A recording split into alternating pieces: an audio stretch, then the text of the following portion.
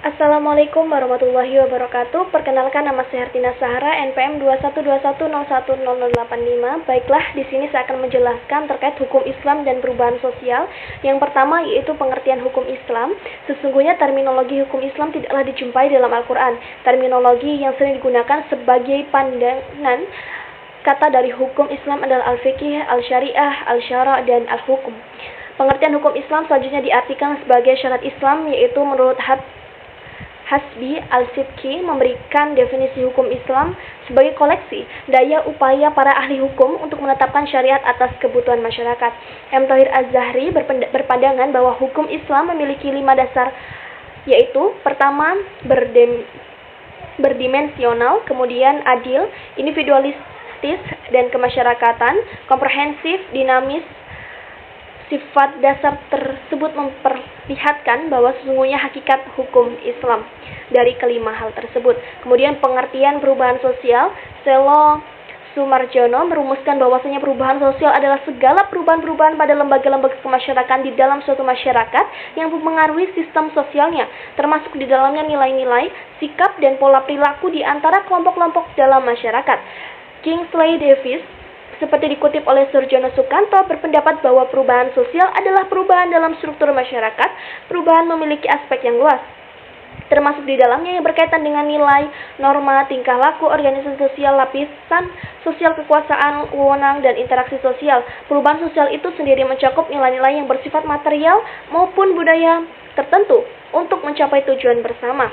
Perubahan tersebut dapat berupa perubahan yang konstruktif dan dapat pula berupa perubahan yang destruktif, seperti bangun dan tumbuhnya suatu masyarakat dan kemakmuran manusia, dan kemudian mundur dan hancurnya masyarakat dan kemakmuran tersebut.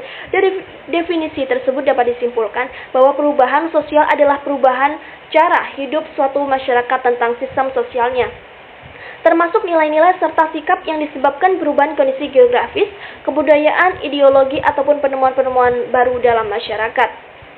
Kemudian, yang ketiga yaitu karakteristik hukum Islam dalam perubahan sosial.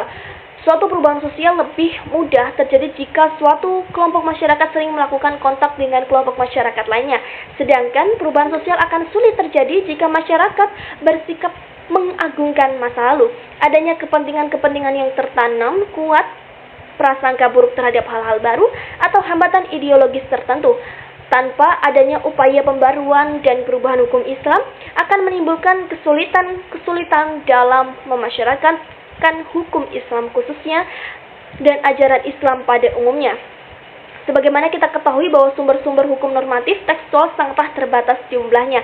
Sementara kasus-kasus baru di bidang hukum banyak bermunculan di tengah-tengah masyarakat dan tidak terbatas jumlahnya. Kaitannya dengan hal ini, Ibnu Rushd mengatakan bahwa persoalan-persoalan kehidupan masyarakat tidak terbatas jumlahnya. Sementara jumlah nas, baik Al-Quran dan nas, jumlahnya dan nas sunnah, jumlahnya terbatas.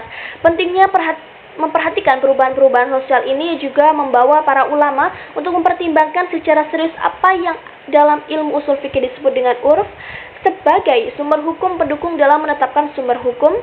Uruf secara etimologis berarti sesuatu yang dipandang baik dan diterima oleh akal sehat. Sedangkan secara terminologis adalah sesuatu yang tidak asing bagi masyarakat karena telah menjadi kebiasaan dan menyatu dengan kehidupan mereka baik berupa perbuatan atau perkataan. Sekian yang dapat saya sampaikan. Terima kasih. Wassalamualaikum warahmatullahi wabarakatuh.